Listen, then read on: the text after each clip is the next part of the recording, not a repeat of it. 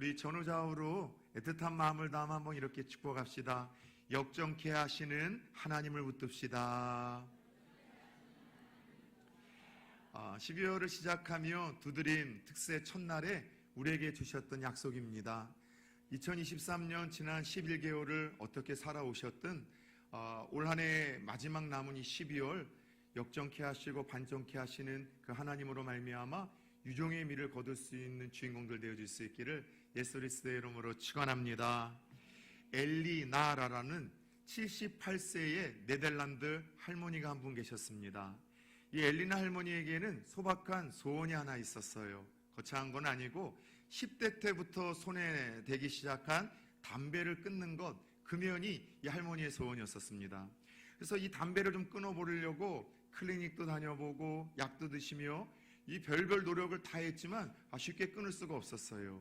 작은 습관 하나 우리가 고친다는 것이 내 의지와 힘으로 얼마나 어려운지 우리는 다 알고 있는 바 아니겠습니까? 그런데 엘리나 할머니가 어느 날 자기보다 한 살 더 많은 79세의 제이슨이라는 할아버지를 만나서 이 황혼역의 사랑에 빠진 거예요. 저는 이 할머니의 스토리를 좀 들으면서 평생 또 지조 있게 홀로 살아오신 우리 나이 드신 권사님들 또 장로님들 집사님들 계시다면 좋은 짝지마다 이런 황혼의 어떤 사랑을 하나님께서도 허락해 주시기를 정말 아들과 같은 목사로서 저는 축복하고 바랍니다. 근데 어느 날 제이슨 할아버지가 엘리나 할머니에게 이런 폭탄 선언을 하더래요. 엘리나, 난 당신이 참 너무 좋고 하나님께서 허락하시는 세월 동안 함께 결혼해서 살고 싶은데 문제가 하나 있어요. 제가 담배를 너무 싫어합니다. 담배 냄새가 너무 싫어해서 그것 하나만 좀 해결되면 청혼하고 싶은데 어떻게 하면 좋을까요? 평생 끊지 못했던 그 여러분 담배를 거론하자 얼마나 기분 나빴겠습니까? 그래서 여러분 우리 생각에는 그러면 우리 여기서 이제 그만 만나죠? 이렇게 얘기할 것 같았는데 할머니가 이렇게 얘기를 했대요. 그래요? 그럼 제가 한번 끊어보죠. 그리고 나서 그렇게 깔끔하게 담배를 끊으셨다는 거예요. 무려 10대 때 시작해서 50년 동안 클리닉도 다녀보고 약도 드시고 별의별 노력과 시도를 다 했음에도 불구하고 이 끊지 못했던 담배가 한순간 사랑하는 사람의 부탁에 의해서 그렇게 여러분 쉽게 끊어 자기의 평생 소원을 이루게 되었다는 이야기를 들었어요. 그리고 이후에 엘리나 할머니는 이 경험을 통해서 얻은 교훈 하나를 SNS에 젊은 세대들을 향해서 이렇게 적어 내려가십니다. 사랑의 힘은 그 어떤 의지의 힘보다도 더 위대하고 강한 법입니다. 따라서 해봅시다. 사랑의 힘은 그 어떤 의지의 힘보다도 더 위대하고 강한 법입니다. 예, 사랑의 법이라는 것은, 사랑의 힘이라는 것은 이런 놀라운 위력을 발휘하는 것 같아요. 여러분, 도대체 사랑이 뭐길래 일평생 자기의 힘과 노력으로 끊을 수 없는 담배를 한순간에 끊게 했던 것일까요? 솔직히 오늘날 우리는요, 사랑의 홍수 시대 속에서 살아간다고 해도 결코 과언이 아닙니다. TV를 틀어보십시다. 드라마의 모든 여러분들 소재는요, 사랑과 관련된 이야기들이에요. 극장에서 영화를 한 편 보십시다. 여러분들 모든 이야기와 스토리의 주제는 사랑과 관련된 이야기죠. 우리가 흔히 여러분들 듣는 그것이 트로트이든 일반 가요이든 모든 여러분 노랫말 가사의 여러분 주제는요, 사랑과 관련된 여러분들 가사와 노랫말이라는 거 우리가 알고 있습니다. TV를 틀든 음악을 듣든 모든 곳곳에서 사랑과 관련된 주제와 이야기 속에서 우리가 그런 홍수 시대 속에서 살아가고 있어요. 그런데 그것 아십니까? 물이 많은 그 홍수 때에는 정말 내가 마실 물이 여러분 없는 것처럼 이런 사랑의 홍수 시대 속에서 살아가고 있는 우리들이지만 사람들은 저마다 사랑에 목말라 하고 있고요, 참 사랑을 그리워하고 있고요, 정말 사랑이 무엇인지에 대한 그 질문을 끊임없이 던지고 있는 시대가 바로 오늘날 이 시대의 현주소입니다. 여러분, 그럼에도 불구하고 이렇게 여러분들 이런 사랑을 목말라하고 참 사랑에 대해서 궁금해하는 이 시대 속에서 우리 기독교는 여러분 어떤 종교입니까? 사랑의 종교라고 일컫습니다. 기독교의 핵심은요, 하나님의 사랑이에요. 그분은 아예 자신을 하나님을 사랑이라고 선포를 하며 우리 기독교가 사랑의 종교임을 만천하에 여러분 공포를 하셨습니다. 그래서 소위 사랑의 종교라고 일컫는 우리 기독교인들에게 누군가가 와서 기독교에서 말하는 그런 사랑은 무엇이냐, 너희들이 말하는 너희들의 신들이 알려주는 그 사랑이 무엇이냐라고 묻는다면, 여러분, 기독교의 사랑, 하나님의 사랑은 무엇이라고 어떻게 정리하며 그들에게 들려주시겠습니까? 요즘 우리는 계속해서 우리를 향한 하나님의 뜻, 바로 기기감찬 사순전에 있다고 이야기를 하며, 우리를 향한 하나님의 뜻에 대해서 매 주일마다 하나씩 우리는 살펴보고 있습니다. 우리를 향한 하나님의 뜻이 궁금하십니까? 성경은 명료합니다. 그래도 기뻐하라는 거예요. 그래도 기도하라는 거예요. 그래도 감사하라고 이야기를 합니다. 지난주 말씀은 기억하십니까? 네 번째 우리를 향한 하나님의 뜻은 무엇입니까? 따라 세웁시다. 그래도 찬송하라.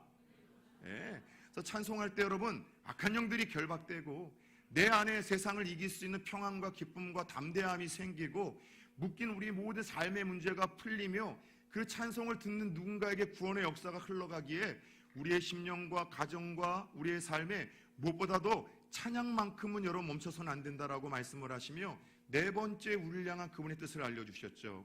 그런 의미에서 오늘 함께 읽은 본문을 통해서 하나님은 우리를 향한 다섯 번째 그분의 뜻을 알려주시는데, 따라서 해볼까요? 그래도 사랑하라.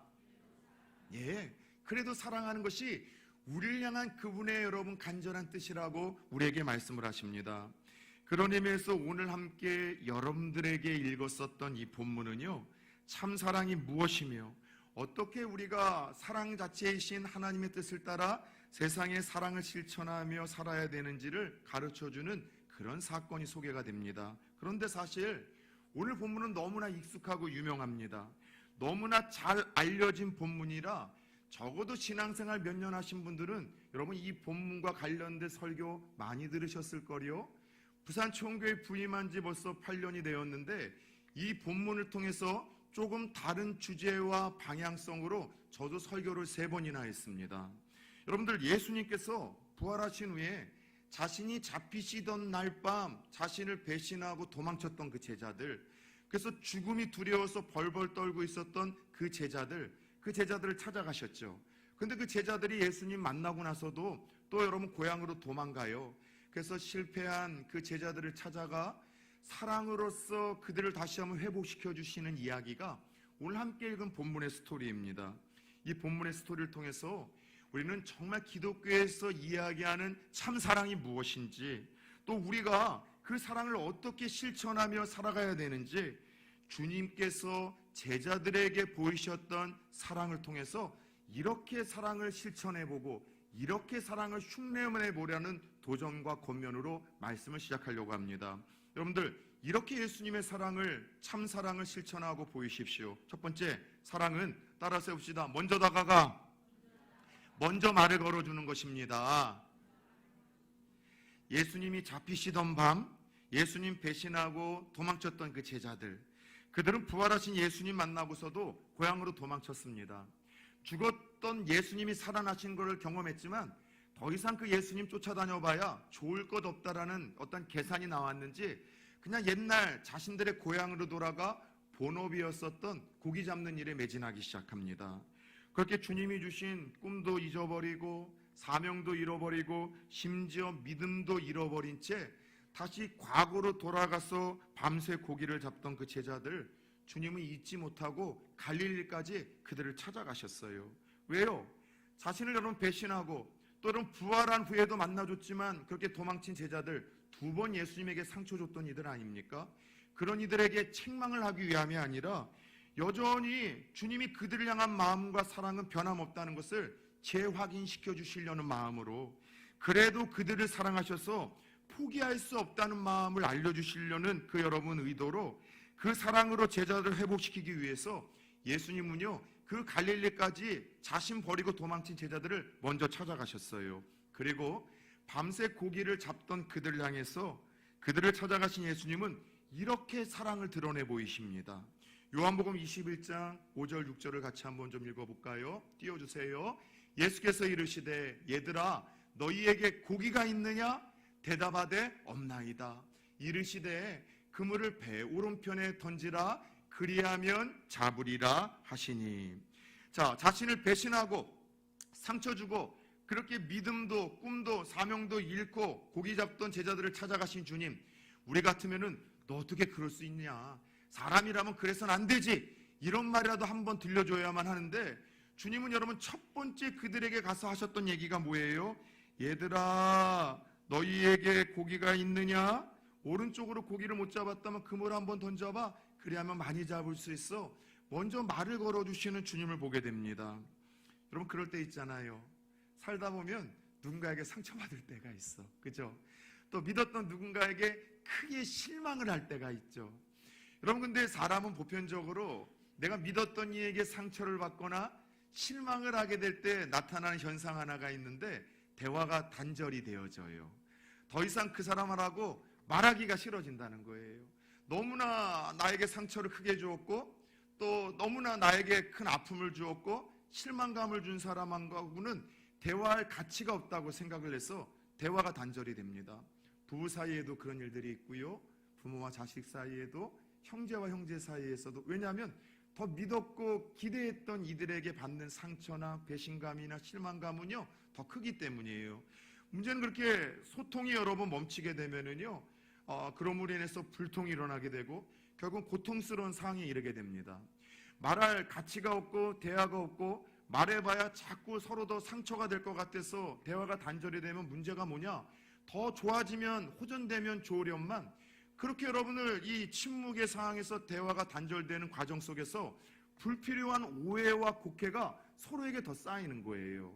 그러다 보니까는 서로에게 더 큰 상처를 오래 깊게 주게 되고 갈등의 골은 더욱더 깊어지는 일들이, 내가 누군가에게 배신과 상처와 실망을 해서 대화가 단절될 때 일어나게 되는 보편적인 악순환이라고 할 수 있습니다. 중요한 것은 살다 보면 우리도 교제나 대화의 단절이 일어날 수 있는 위기의 상황들이 찾아오죠. 남편한테 실망하고, 아내한테 상처를 받고, 자식들한테 배신을 당하고, 믿었던 누군가에게 뒤통수를 당해서 막 서운한 감정, 심지어 미운 감정이 생기면 대화 자체가 끊기지 않을 때, 그런 위기가 우리에게도 찾아올 때가 있어요. 그런데 문제는 이런 교제의 단절이 일어날 수 있는 위기의 상황들을 여러분, 하나님은 어떻게 우리 성도들이 다루기를 원하시는가를 아는 일이라고 할 수 있어요. 하나님에게도 우리 인생들이 서운할 때가 있으시겠죠. 우리 인생들이 하나님에게 상처 줄 때가 있겠죠. 하나님은 이럴 때 어떻게 여러분 이런 문제들을 다뤄가셨을까요? 에덴 동산으로 여러분들을 좀 초청하고 싶습니다. 아담과 하와가 하나님이 명하셨던, 금하셨던 선악과에 손을 대죠. 불순종하고 범죄했습니다.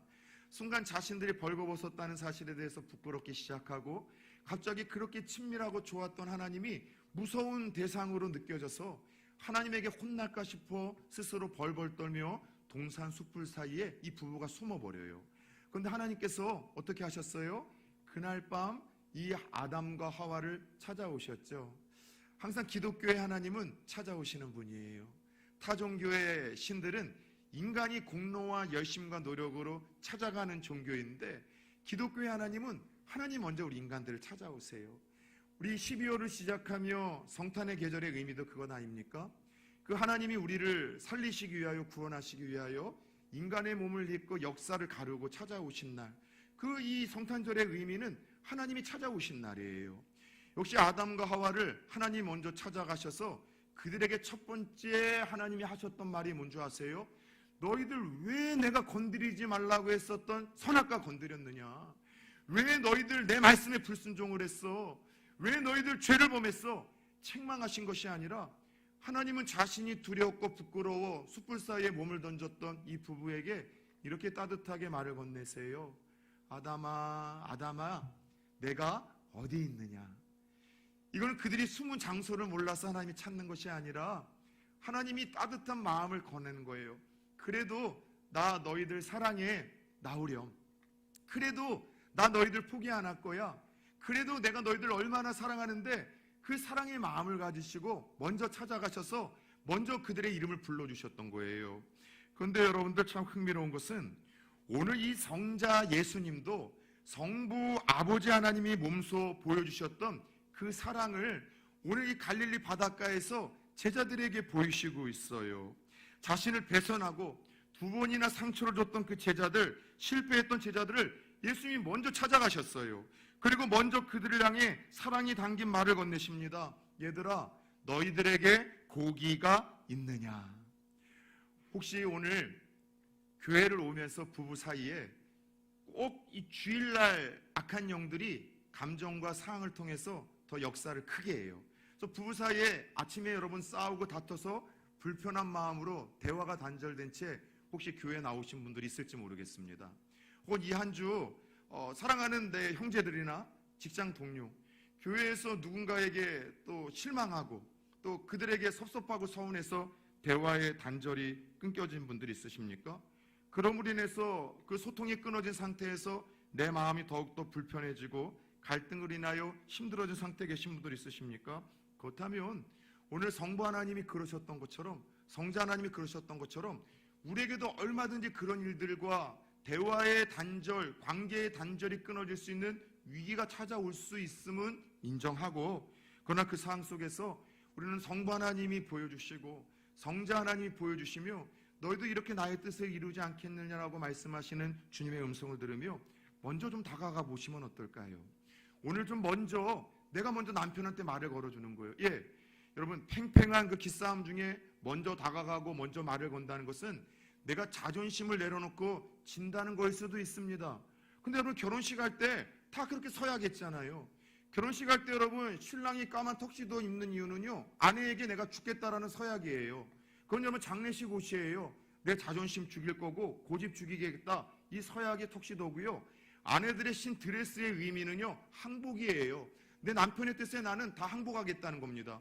결혼식 때 서운했던 것처럼 오늘 좀 먼저 다가가셔서 먼저 말을 건넬 수 있기를 축복합니다. 그럴 때 따라 세웁시다. 좋은 일이 일어날 거예요.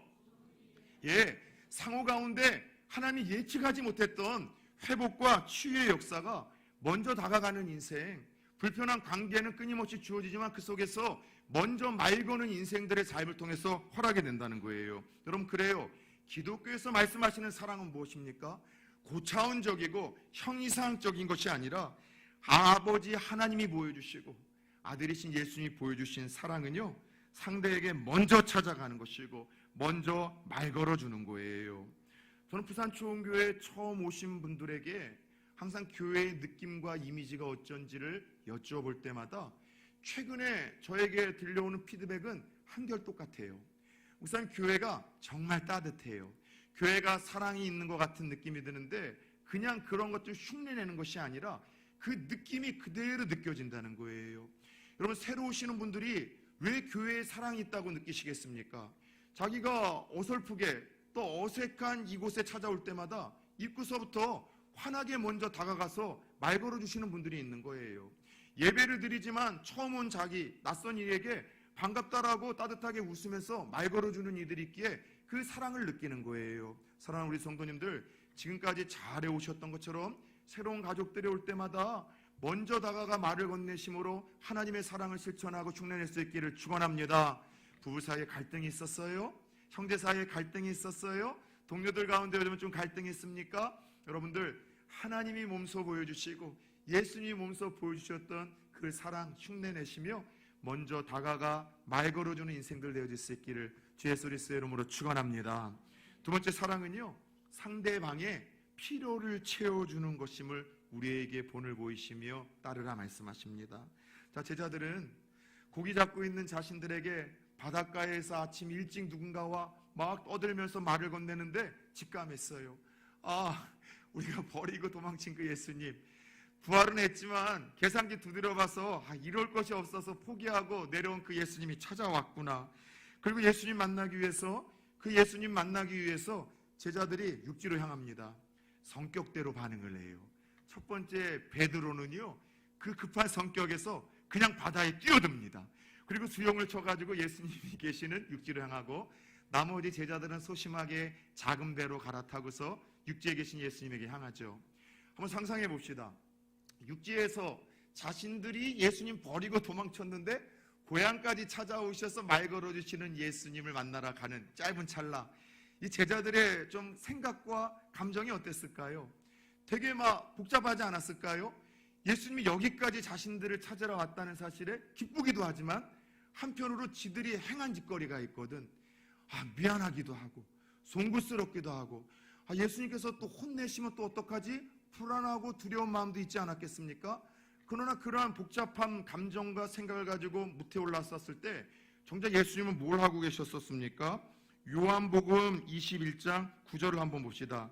여전히 사랑을 표현하고 드러내고 계시는데 어떻게 해요? 같이 한번 읽어볼까요? 육지에 올라보니 숯불이 있는데 그 위에 생선이 놓였고 떡도 있더라. 12절도 한번 봅시다. 예수께서 이르시되 와서 조반을 먹으라 하시니 아멘. 자, 불안하고 두렵고 송구스럽고 죄송한 감정으로 딱 왔을 때 느낌에는 너희들 그래도 그러는 거 아니야, 너희들 참 못됐어, 이런 얘기를 할 거라고 생각했는데 아무 말 없이 아침 식사를 준비하고 계시는 거예요. 따뜻한 숯불을 친히 펴놓으셨고 생선과 고기를 굽고 그리고 함께 아침을 먹지요. 왠지 아세요? 여러분, 제자들에게 가장 필요했던 것이 바로 그것임을 주님이 아셨던 거예요. 밤새 바닷물에 옷이 젖으며 고기를 잡았던 제자들, 아침 그 쌀쌀한 기운에 얼마나 추위를 느꼈습니까?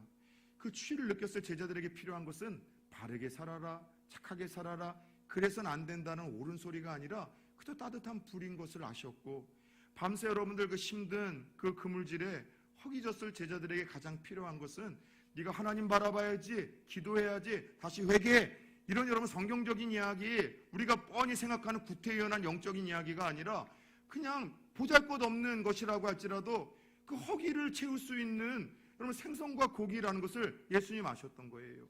그래서 다른 것이 아니라 그 사랑을 표현하시고 드러나시는데 그들에게 가장 지금 필요했던 바로 그거, 따뜻한 몸을 녹일 수 있는 불과 허기를 채울 수 있는 그 작은 생선과 고기인 걸 알고 예수님이 여러분 밥상을 차려준 거예요. 오늘 이 장면이 서구 사람들은 이해가 안 되겠지만 밥의 여러분 소중함을 아는 한국 사람들은 확 와닿아야 돼요. 여러분 따라서 봅시다. 밥은 사랑이다. 한국 사람들에게 밥은 사랑이에요. 여러분 그렇지 않습니까? 누군가에게 고마움이 있을 때 그 고마움을 어떻게 우리는 표현합니까? 나중에 내가 밥 한 끼 대접할게, 밥 한 끼 쏠게라고 이야기를 합니다. 누군가가 아파서 막 걱정이 되는 사랑하는 마음이 생길 때 밥 잘 먹고 다녀야 돼, 밥은 잘 챙겨 먹어야 된다라고 이야기를 합니다. 누군가에게 안부를 물을 때 정말 사랑하는 마음으로 관심이 있고 안부를 물을 때 뭐라고 이야기를 해요? 밥은 잘 먹고 다니냐라고 이야기를 하죠. 가장 좋은 사람은 누구예요? 따라서 해봅시다. 밥 잘 사주는 사람. 전우자라고 인사합시다. 밥 좀 사주세요. 밥 잘 사주는 사람이 제일 좋아요. 청년들이 저를 되게 좋아합니다. 다른 이유 없어요. 밥을 잘 사주거든요. 데리고 다니면서 많이 사주거든요. 그래서 여러분 교회에서 어르신들이 젊은 세대들에게 사랑받은 방법은 다른 것 없어요. 예수님처럼 그냥 옳은 소리, 잔소리, 마른 소리 하는 게 보다는 따라서 입은 닫고 주머니를 열어라. 밥을 잘 사주면은요 그냥 존경받는 거예요. 사랑받는 거예요. 사랑이 여러분 흘러가는 것 아니겠습니까? 오늘 예수님이 그러셨던 거예요. 여러분 흥미로운 것은 여러분 사랑하면은 상대의 필요가 자꾸 보여요. 사랑하면은요 보지 않으려고 해도 상대의 그 필요가 보이는 법이에요.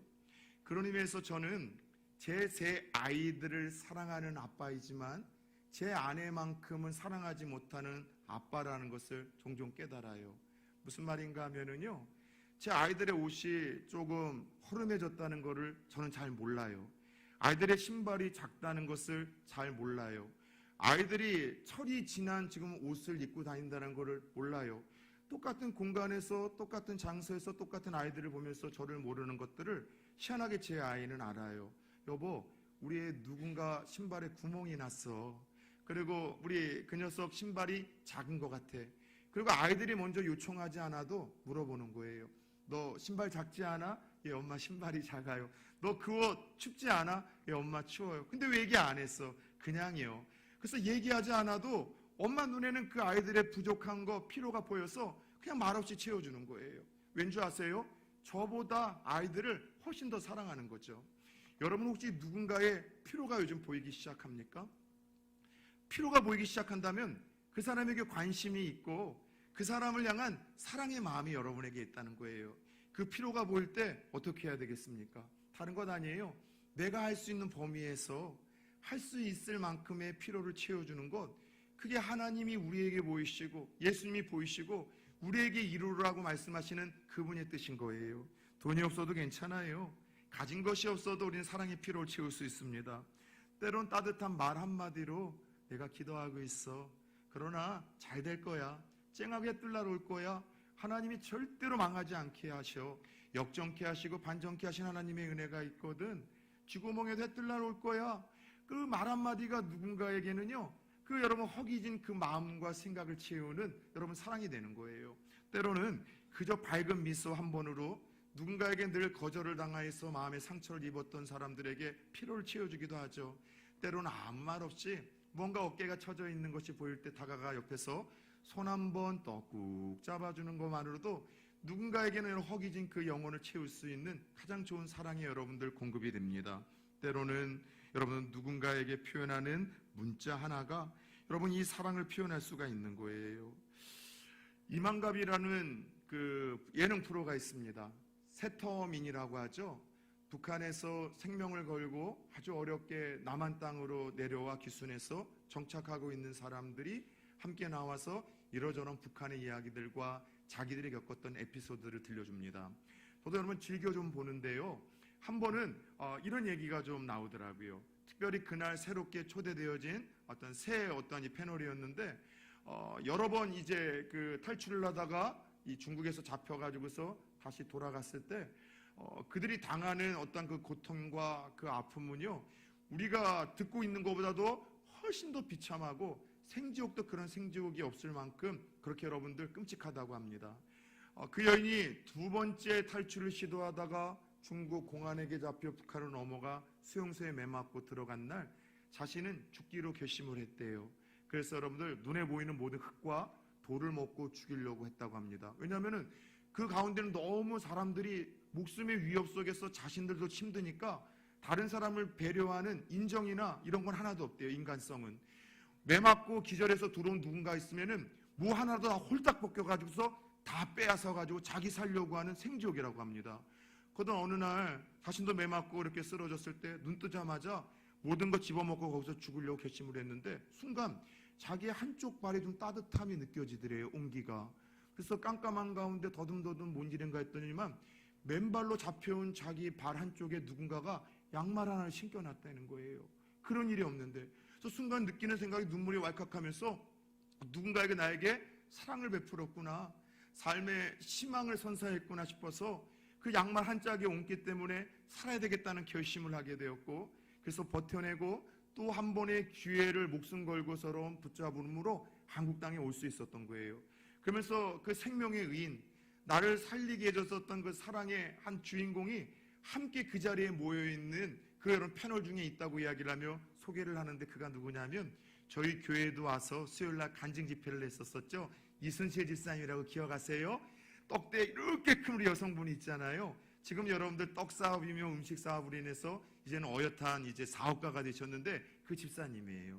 이순실 집사님도 중국에서 여러분들 그 죽을 뻔한 생명의 위기 속에서 하나님 만나게 되었고, 그 하나님의 사랑에 자기도 여러분들 벅찬 가슴 속에서 살 희망을 가진 상태에서 또 잡혔었을 때 그렇게 끌려와 하나님 주시는 감동으로 한 여인을 살리겠다는 생각으로 자신의 양말 한쪽을 추운 겨울에 벗어서 신겨줬는데 그런 일들이 벌어진 거예요. 여러분, 그래요. 하나님의 나라는요, 지금도 사랑함으로 말미암아 누군가의 필요를 보게 하실 때 그 필요를 채워가는 일들로 인하여 지금도 임하고 펼쳐지는 줄 믿습니다. 저와 여러분들의 가정과 우리 교회가 누군가의 필요가 있을 때마다 내가 할 수 있을 만큼의 범위에서 따뜻한 말 한마디, 밝은 미소, 따뜻한 손잡아줌, 어깨 한번 두들겨주고 뭔가 여러분 선사를 함으로 인해서 내가 속한 가정과 교회를 더 따뜻한 하나님의 나라와 지상천국으로 만드는 통로가 될 수 있기를 예수의 이름으로 축원합니다. 끝으로 사랑은요, 한 번 더 기회를 주는 거예요. 한 번 더 기회를 주는 것이 사랑이에요. 자, 아침 식사가 끝난 후에 드디어 이제 베드로는 불편한 상황을 맞습니다. 아마 그날 그 아침 식사 자리에서 제일 불편했던 한 사람이 있다면 누구게요? 베드로였었을 거예요.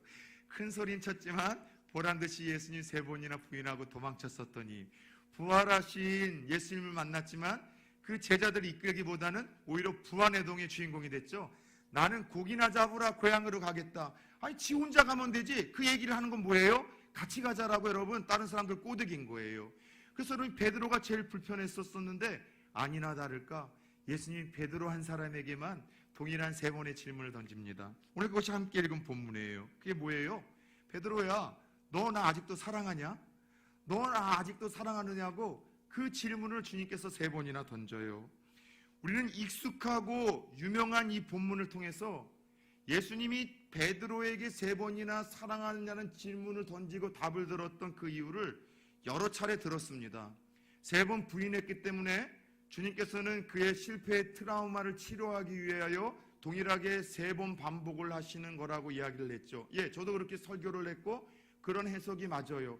그런데 그렇게 고차원적인 거 말고 그냥 액면으로 보면은요, 3번 주님이 질문을 하셨던 이유는 다른 것 아니라 3번이나 반복해서 이 베드로에게 주님의 사랑이 어떠한지를 지금 재차 확인시켜 주는 거예요. 주님의 사랑은 변함이 없다는 것, 영원하다는 것, 그럼에도 불구하고 멈추지 않았다는 것을 베드로에게 재차 지금 들려주는 거예요. 왠지 아세요? 베드로는 낯짝이 있는 거예요. 주님 볼 면목이 없었어요. 주님 앞에 너무 미안했고 죄송스러웠고 자기처럼 실패하고 넘어지고 연약한 사람은 감히 예수님의 제자 공동체를 이끌 자격도 없고 하나님 위대한 꿈과 사명을 이루기에는 턱없이 부족하다는 것, 주님 곁에 머물 수 없을 만큼 자기는 형편없다는 것을 베드로는 스스로 알아서 그럼 무너진 상태였었어요. 그런 상황 속에서 주님 볼 면목이 없었던 그 베드로에게 주님은 그거 중요치 않다는 거예요. 주님의 마음은 그래도 난 널 사랑한다는 거야. 그래도 나는 널 영원히 사랑하고, 그래도 나는 널 변함없이 사랑하고, 그래도 나는 너를 멈추지 않고 사랑하는데 너는 어떠냐는 거예요. 너도 그 실패 자리에서 일어나 내 사랑을 좀 느끼고 너도 나 다시 사랑하면 안 되겠니? 다시 너도 나를 사랑해주면 안 되겠냐라는 그 말씀을 지금 속삭이고 계시는 거예요. 내가 실패했어도 여전히 너를 사랑하고 있으니 너도 나를 다시 그래도 사랑하라는 말씀이에요. 만약 주님이 베드로에게 이 사랑을 드러내지 않으셨다면, 한 번도 기회를 주지 않으셨다면 베드로는 평생을 실패자로 그렇게 살아왔을 것입니다. 그러나 한 번 더 기회를 주신 그 하나님, 그래도 내가 너를 사랑해, 변함없이 사랑해, 한결같이 사랑해, 너 스스로 너 자신이 역겹고 내 앞에 나와 예배하고 기도할 수 있는 그런 낯짝이 없다라고 생각하는 이 시점에도 나는 너를 여전히 멈추지 않고 포기할 수 없고 그렇게 사랑해. 이 사랑을 다시 한번 확인시켜주지 않았다면 베드로는 평생 여러 실패자로 살았겠지만 한 번 더 기회를 주시고 그래서 사랑을 드러내신 예수님으로 인하여 베드로는 다시 일어나 평생을 주님을 더 사랑하며 연약함 속에서도 주님의 뜻을 이루며 그 초대교회를 여러분들 살려냈었던 주인공으로 하나님 앞에 섰던 것 아닐까요? 그래요. 사랑이란 무엇입니까? 기독교는 사랑이라면서요. 하나님은 사랑이라면서요. 여러분, 우리는 사랑을 어떻게 실천해야 되겠습니까? 거창하고 고상한 것 아니에요. 먼저 찾아가는 거예요. 먼저 말 걸어준 인생이 되는 거예요. 무언가 내가 누군가의 필요를 보게 하셨다면 그것이 약점의 필요라고 한다면 기도하라고 비난하고 조롱하고 소문내라는 것이 아니라 무언 것이 부족한 것이 보였는데 내가 가지고 있는 것을 할 수 있다면 그 필요를 채워주는 것이 사랑이고요. 더 나아가 나에게 상처 주고 아픔 주고 그럼에도 불구하고 조금도 요동이나 변화가 없어 재차 실망감을 주는 그에게 한 번만 더 기회를 주는 것, 이게 사랑이요, 우리를 향하여 주께서 보기를 원하시는 그분의 뜻이라고 말씀을 하세요. 목사님 한 분이 계세요. 그리고 목사님에게 늘 힘과 격려가 되는 아주 신실한 집사님 한 분이 계셨는데 그 여집사님이 어느 날 목사님에게 와서 이런 부탁을 하더래요. 목사님, 저에겐 아들이 하나가 있는데 사고 뭉치고요. 도저히 이 아들을 어떻게 제가 컨트롤할 수도 없고 또 아들을 변화시킬 수 없어서 눈물로 기도합니다. 근데 목사님, 한번 목사님이라면 제 아들에게 좋은 이야기를 들려주실 수 있을 것 같은데 한 번만 만나서 상담해 주시면 안 될까요? 워낙 목사님의 힘과 또 위로가 되시는 집사님의 부탁이기에 저 같은 목회자가 그런 걸 왜 거절하겠습니까? 그래서 아들을 만났대요. 그런데 사실 목회자들은요, 산전수전 공중전 다 겪잖아요. 온갖 세상의 또라이들이란 또라이는 교회를 다니면서 다 보잖아요. 그런데 목사님이 만난 또라이들 중에 그런 상또라이가 없더래요. 그래도 지 엄마 다니는 교회 담임 목사인데 아이고 인의예신 이걸 가리켜서 싸가지라고 하는데 싸가지가 진짜도 없어가지고 정내미가 다 떨어지더래요. 옛날 같았으면 한 대 갈겼을 텐데 그러면 여러분도 난리가 나잖아요. 그래서 억지로 여러분 그날 상담과 인터뷰를 마치고 돌려보내고 뭐 저런 놈이 있는가 싶었는데 역시나 그때 그 어머니가 전화 주셨더래요. 목사님 오늘 상처 많이 받으셨죠? 제 아들이 너무나 예의 없이 굴어서 목사님 너무나 죄송합니다. 그런데 목사님 저를 봐서 제 아들 포기하지 마시고 한 번만 더 만나주시면 안 될까요? 엄마인 저를 봐서 한 번만 제 아들 더 상담해 주시면 안 될까요? 그렇게 간절하게 부탁을 하더래요. 그런데 그날 목사님은 오랫동안 목사임에도 불구하고 듣지 못했던 하나님의 음성을 이 엄마를 통해서 들은 거예요.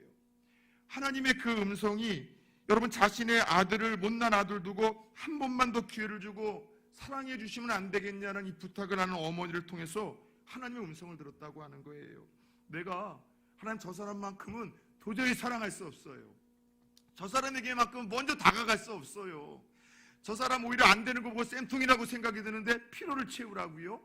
한 번 더 기회를 주라고요? 그럴 때 하나님이 이렇게 말씀하시더래요. 사랑하는 아들아, 내가 너를 위해 피 흘렸잖아.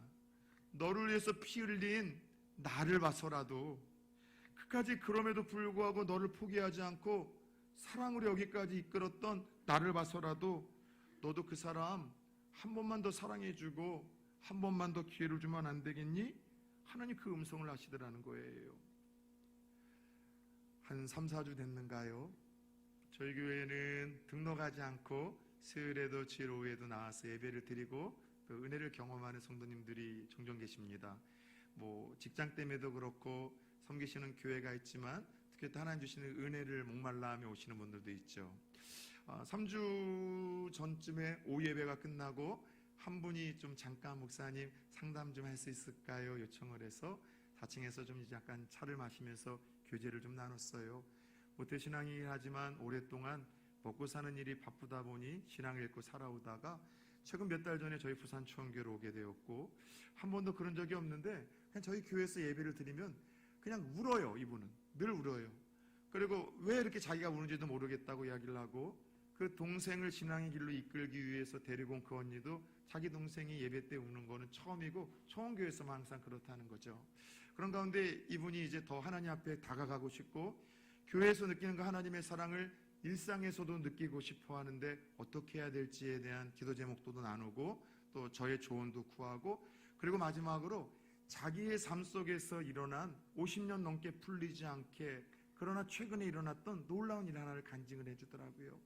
자신의 아빠에 대한 어떤 상처가 있었고 그 상처가 얼마나 깊고 컸는지 사실 가장 자기를 보호해야 되는 그 대상들에게 받았던 상처는 더 크고 더 여러분 깊은 법이라고 했잖아요.